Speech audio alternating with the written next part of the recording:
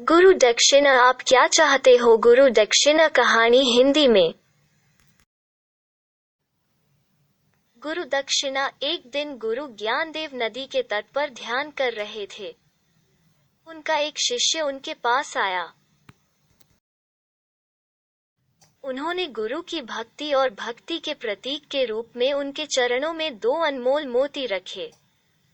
वो मोती उनके लिए गुरु दक्षिणा जैसा था।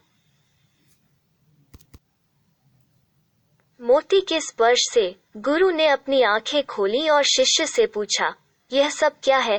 शिष्य ने कहा, गुरु जी, यह मोती मेरी ओर से आपके लिए गुरु दक्षिणा है। कृपया इसे मान ले।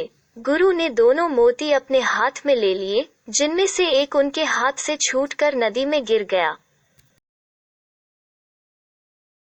शिष्य पानी में कूद गया। वो बहुत समय से मोती के तलाश में था। अंत में निराश होकर उसने गुरु से पूछा, क्या तुमने देखा कि मोती कहाँ गिरा? अगर तुम मुझे जगह बताओ, तो मैं उसे ढूंढ लूंगा और तुम्हारे पास वापस लाऊंगा। गुरु ने एक और मोती उठाया और यह कहते हुए नदी में फेंक दिया। वो वहां पड़ा था। यह देखकर शिष्य समझ गया कि यह बेशकीमती मोती अपने लिए बेशकीमती है, लेकिन गुरु को इसकी बिल्कुल भी जरूरत नहीं है। उसने दक्षिणा को देने के रूप में गलत चीज को अपनाया था। अनुभूति इससे हम समझते हैं कि गुरु द्वारा प्राप्त किया गया ज्ञान बहुत कीमती है। हम इसकी कीमत बिल्कुल नहीं लगा सकते। गुरु दक्षिणा now story in English. Guru Dakshina. One day Guru Dnayandev was dumbfounded by the river. Then one of his disciples came to him. He placed 2 precious pearls at his feet as a sign of devotion to the Guru. That pearl was south of the Guru from him. With a touch of pearls, the Guru opened his eyes and asked the disciple, "What is all this?" The disciple said, Guruji, this pearl is Guru Dakshina from me to you. Accept it. The Guru took both the pearls in his hand, one of which escaped from his hand and fell into the river. The disciple jumped into the water.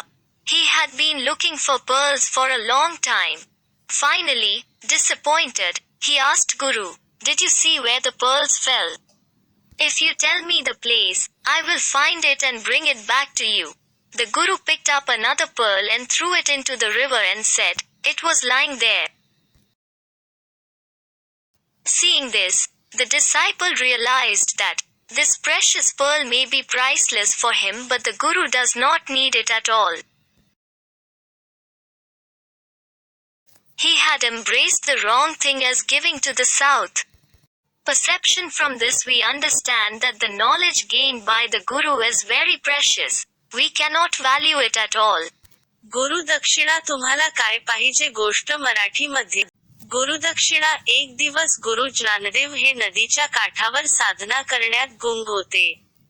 तेव्हा त्यांचा एक शिष्य त्यांच्याजवळ आला. त्याने गुरूंच्या प्रती भक्ती आणि समर्पणाची भावना म्हणून त्यांच्या पायाजवळ 2 अमूल्य असे मोती ठेवले. ते मोती म्हणजे त्याच्याकडून गुरूंना दक्षिणा होती. मोतींच्या स्पर्शाने गुरूंनी आपले डोळे उघडले आणि शिष्याला विचारले, "हे सगळे काय आहे?" शिष्य म्हणाला, "गुरुजी, हे मोती माझ्याकडून तुम्हाला गुरुदक्षिणा आहे. कृपया तुम्ही याचा स्वीकार करा." गुरूंनी दोन्ही मोती हातात घेतले. त्यातील एक मोती हातातून निसटून नदीत जाऊन पडला. शिष्याने पाण्यात उडी मारली. तो खूप वेळ मोती शोधत होता. शेवटी निराश होऊन त्याने गुरूंना विचारले, "तुम्ही बघितले का, मोती कुठे पडला ते?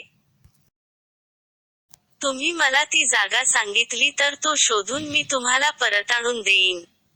गुरूंनी दुसरा मोती उचलला आणि तोही नदीत टाकत ते म्हणाले, "तेथे पडला होता." त्यांचे तसे वागणे पाहून शिष्याला समजले की हा अनमोल मोती आपल्यासाठी किंमती असू शकेल, परंतु गुरूंना त्याची काहीही गरज नाही.